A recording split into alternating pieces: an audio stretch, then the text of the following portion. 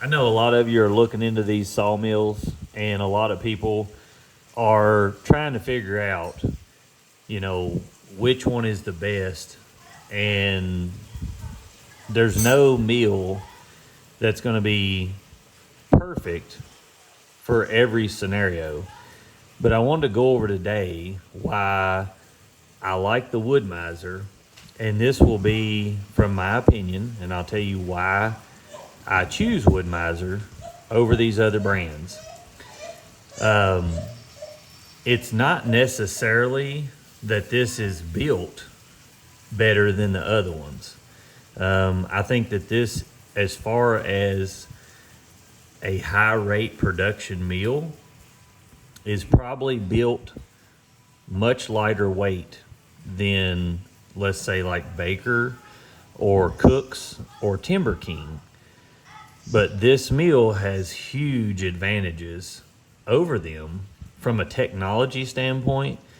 And a lot of you, if you're not in the milling industry, are probably going to be like, well, what's technology got to do with it?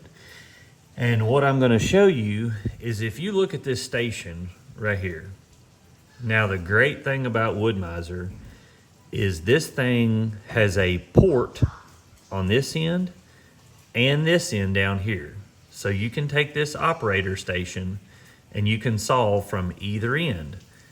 There's only one cord that attaches from this thing to here, and it's about 20 foot long. So you can stand 20 foot away from the mill on either end. And then, as you've seen in my videos, you can build a building around this station and be a long distance from your mill. No other mill in the industry has that. And I'm going to show you what I mean with these other companies, and I'll post pictures and stuff in this video. But I'm assuming that most of the people that are going to watch this are going to be new people. So I'm not going to try to act like you know everything. So some of this stuff is going to be common sense to a lot of you, but some of it, there's new people getting into this and they don't know everything. So this has a starting price of $83,895, and this is going to be from a high production standpoint. This is not going to be from a just if you're wanting to produce 8,000 board feet a week or 10,000 board feet a week. This is going to be for people looking to produce way over that. Now, there's people in that category below that use these mills for such, but these are made for super high production. But if we just look at the Super 70, the things that I like about it is the operator station. And like I said, this connects at either end. And if you haven't watched my previous videos of how this works and how you can build around it and saw from either end, I have full video clips on my channel for that. So make sure that you look at that so it gives you the idea of what I'm talking about. Also, this mill has one side, which is here, so there's nothing over here bothering you. So this head can be anywhere on this track, your metal frame which goes through here, and you can load logs from anywhere on there. Now, the other mills, you can only load logs if your head is all the way down or all the way back. And some of them, the head has to be all the way back. Some of the other mills too, you can't work the hydraulics when the mill is halfway between. So that might not sound like an issue, but if you've got a weird log or your blade bust in a log, a lot of times you'll have to get it out by hand and push it back. Whereas this, you can operate it at any point. So this is a very nice setup. You don't have another beam over here in your way of doing things. Your fuel tank on this Super 70 has the littlest fuel tank out of all the other ones. Now, that may sound like a bad deal up front, but it's actually an advantage to 99% of people. Here's why. These are either portable or set up for production. This tank will last about 4 hours to 4.5 hours run time. So if you start in the morning and you saw till lunch, usually that tank will last till about lunchtime, and then you fill it up. But this one's the only one with a tank that you can actually take off by hand and move it. So a lot of people aren't going to think about that. That's a huge advantage. You don't have to have a fuel line or a fuel cell to fill these up directly beside the mill, or a 20 or 30 foot hose to fill them. You can simply just unplug the 2 quarts, take that off, and take it over and fill it up, and then set it back on the mill. Now, all the other ones have, anywhere from 15 to 30 gallon tanks on them.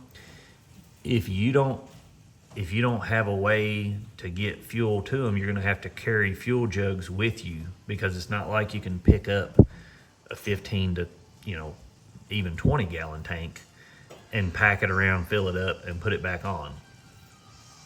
Also, Wood-Mizer's Wood-Mizer system waters the bottom and the top of the blade, and you can dial it in to very precise water droplets or water spray or complete spray on the top of the bottom of the blade. It's got about 20 different increments in there, and you can really, really dial in how you want your water to spray on your logs. But like I said, the main thing that I want you to really pay attention to is this operator station. Now, a lot of these other companies say they have set works, and they have this huge station. So if you look here, you've got 2 joysticks. That operates the whole mill. So you have your hands right here and you operate it the whole time like this. And then there's buttons on here, as you've seen on my channel. Everything is right here. There's nothing else. You don't have to be on the mill. All the other mills we're going to look at, you are stuck to the mill. So you're going to be eating sawdust all day long, every day.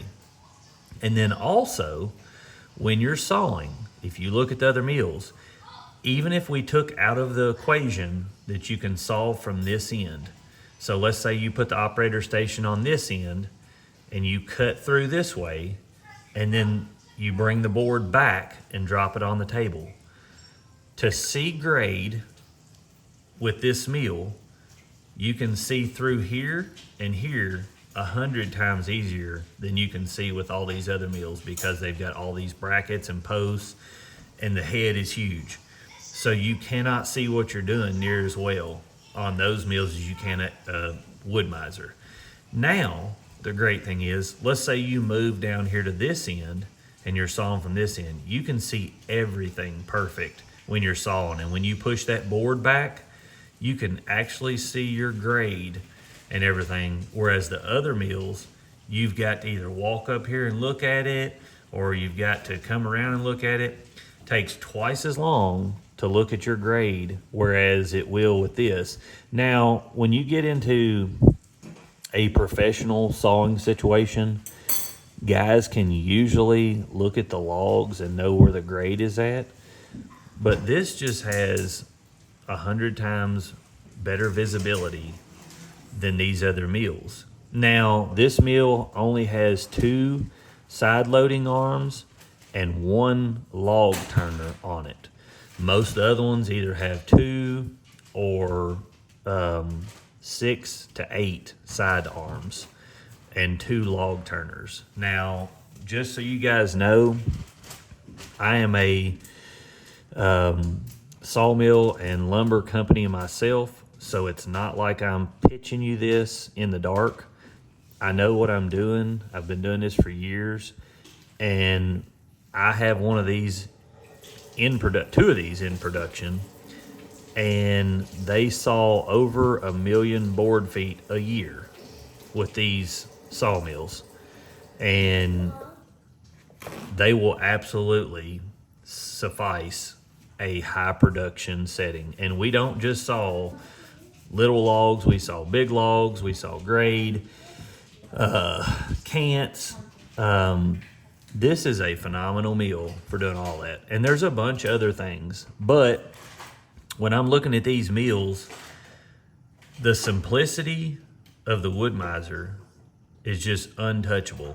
And you'll see this on these other mills. Now I want to go to the Cooks first, not for any particular reason, but this Cooks AC36 portable hydraulic sawmill. Now they're saying it's $53,205 on the starting price. And if you look, you can see right here, you have to saw from the other end. And you've got all these posts, this and everything, where it's way harder to see. And your operating station is back here where you're going to be eating sawdust all day long. I mean, every day, all day, and there ain't a single thing you can do about it. So if you're into eating sawdust, these are going to be great meals for you. And I don't say that from I mean, it's kind of a sarcastic standpoint, but a lot of people don't think about that when they're buying these meals. Now, another thing, you can get Setworks on this, but in this price, that's not with Setworks. But the Setworks that comes with this is nowhere near as sophisticated and nice as Wood-Mizer's. Wood-Mizer's is 100 times easier to set up.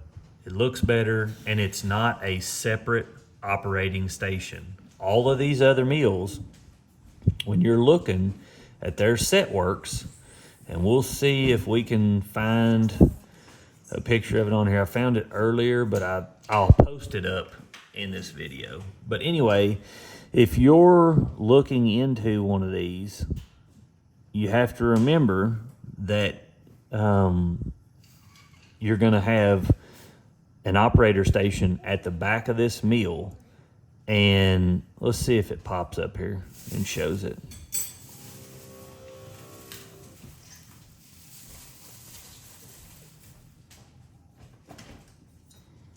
See if it'll go back.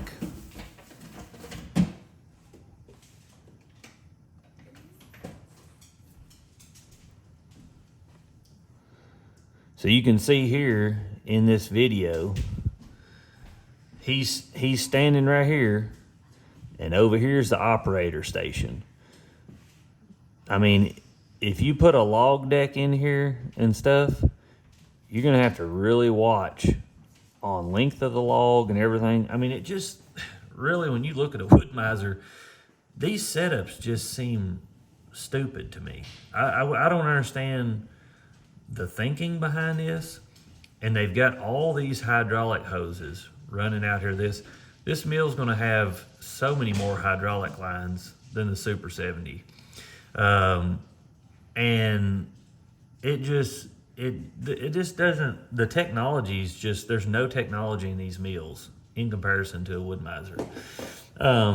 All of the other mills, like this Cooks, the TimberKing 20, the Baker Blue Streak, 3674 DD, all of these have bigger blades that come on them.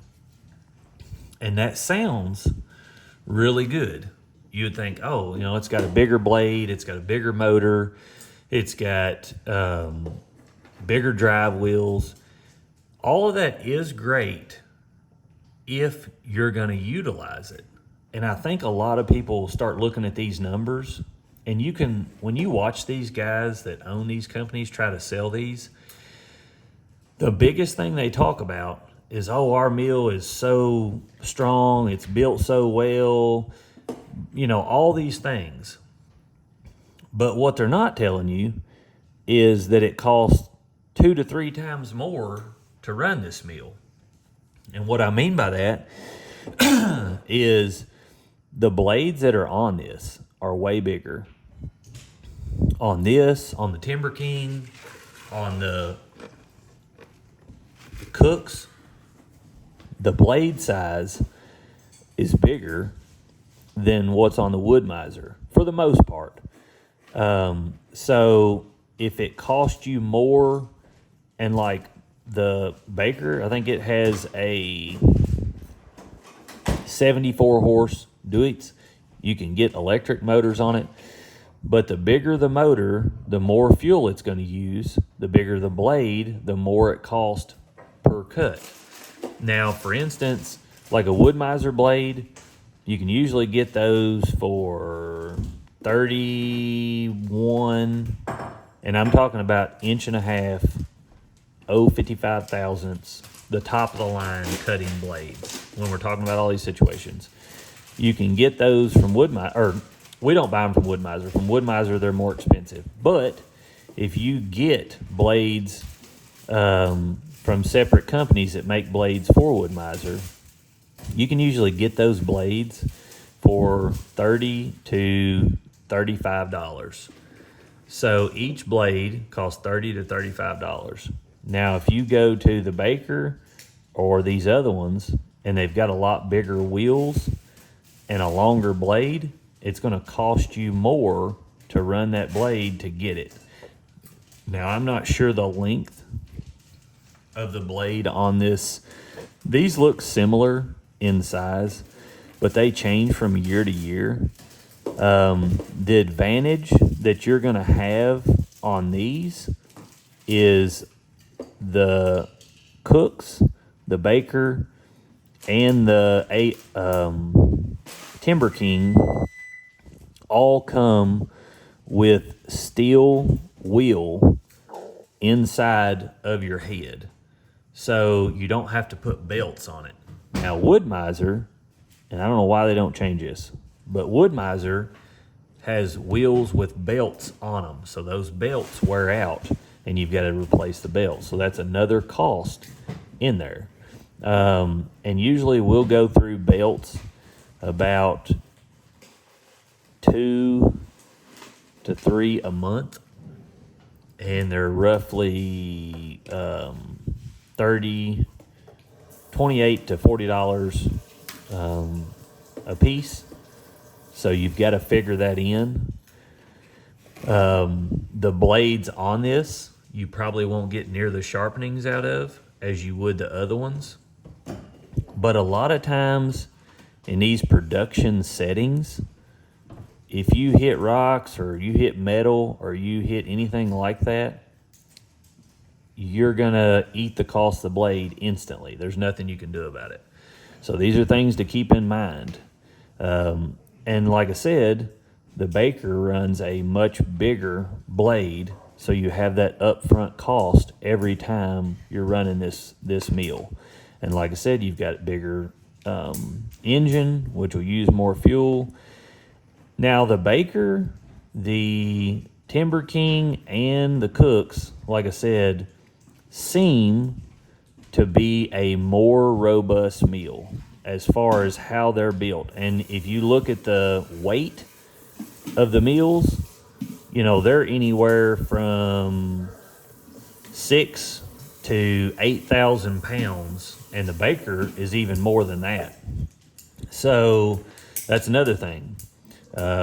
These are a lot bigger mills, and you know, I don't know if they would last any longer or not, but like I said, I've got one that's a 2015 that's a Wood-Mizer, and yes, I've had to replace stuff on it, but I don't think that as far as the build, you're going to have any advantage over a Wood-Mizer. I really don't, especially if you're sawing the way we do. And I do not think there is anyone in the industry that saws faster or harder than we do with any of these mills.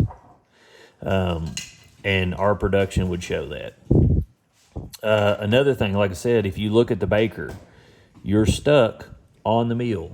And that's a repetitive thing with these other companies. You're stuck right here, and then you've got another station over here that you've got to put your cant sizes and stuff in. It just seems really ignorant to me how they set these mills up, and they make their operator be stuck right here. You can't saw from the other end. You can't, I mean, you're stuck right there. So it's not like you can put rollers and things like that in a very good scenario. Everything's coming right at you. And the TimberKing, you can spin its operator station back here or around, but it's still just another thing that's in the way back here. And to me, your loading arms and things like that, it's offset, so it's not centered. So these mills are a whole lot longer, so it takes a much bigger building to put them in. And all that equates to more money in the original setup if you're going to put these in a production setting. So, you've got to think about these. If it cost you, 10 more foot to build the building, or you've got to have extra roller systems. And like I said, this is from my opinion. It's going to be different for different scenarios. But the other thing I wanted to talk about was resale value. No mill on the market, I don't care what it is, has the resale value of a Wood-Mizer. And just to give you, for instance, when we started buying these Wood-Mizer Super 50, Super 70s, they were about $60,000. Now they're 84 pretty much before tax.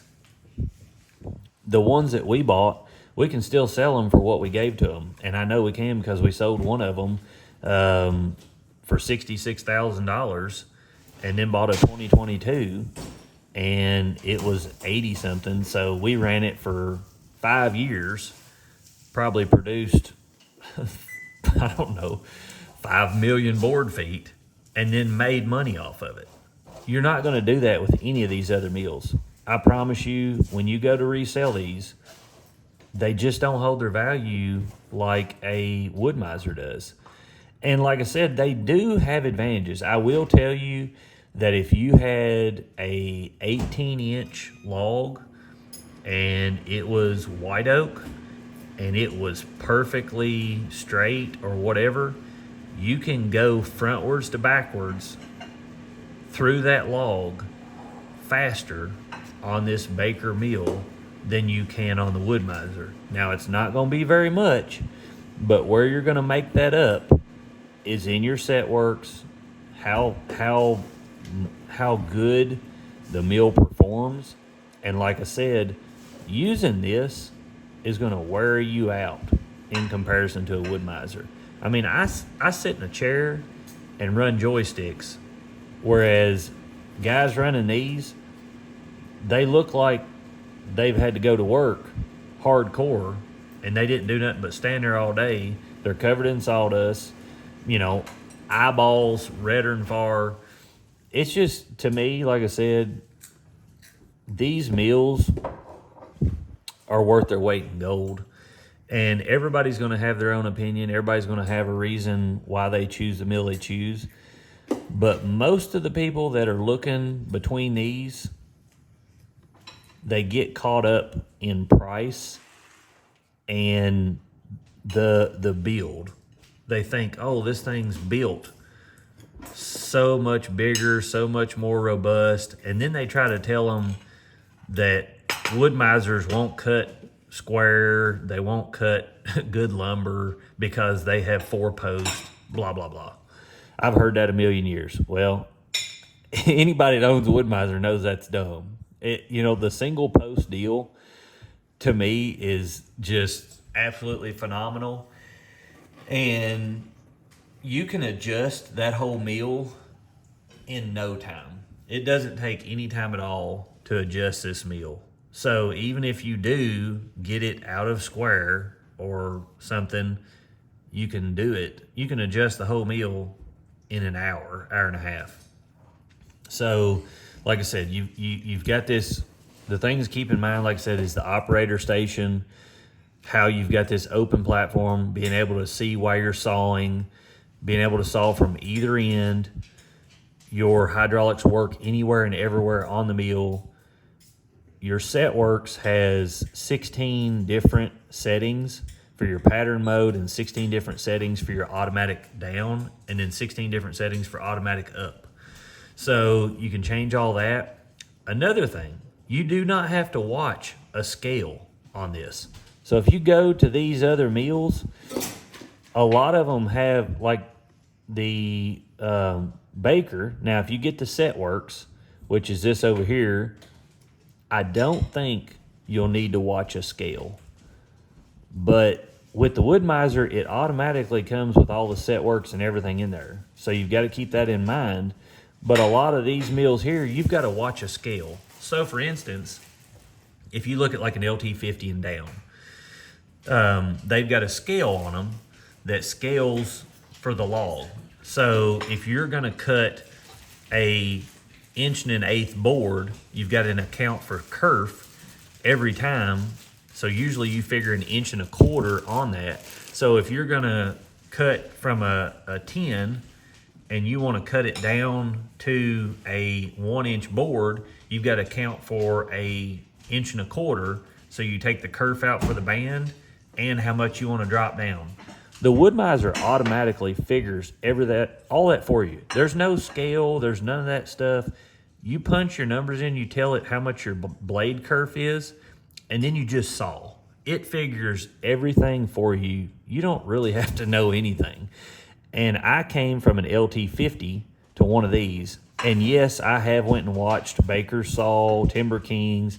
I've went and watched, I don't know how many, blade or mill saw. And I always come back to the simplicity of the Wood-Mizer. And like I said, these mills here, there's nothing wrong with these mills. These mills are built extremely well. I'm not trying to say that they're junk. I'm not trying to say that you shouldn't buy these. They definitely have their place and they definitely sell. But I truly think that the king of the sawmills is a Super 70. And even, like I said, even if you buy one of these and you decide you don't like it, you'll be able to get your money back out of it. You will not ever say that for these mills here.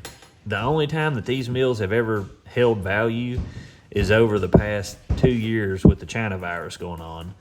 And most of the time when I see these selling or resale or someone bought them and they can't, they need to get rid of it, they lose a big chunk of money. So like I said, you can go and check these out for yourself and you can watch them saw. But my opinion is, even though they're built heavier duty, you lose so much technology and visibility, and then you've got all this it's just built totally different than what I would want. Hopefully this helps some of you guys, and if you got more questions, let me know. I'll try to answer them.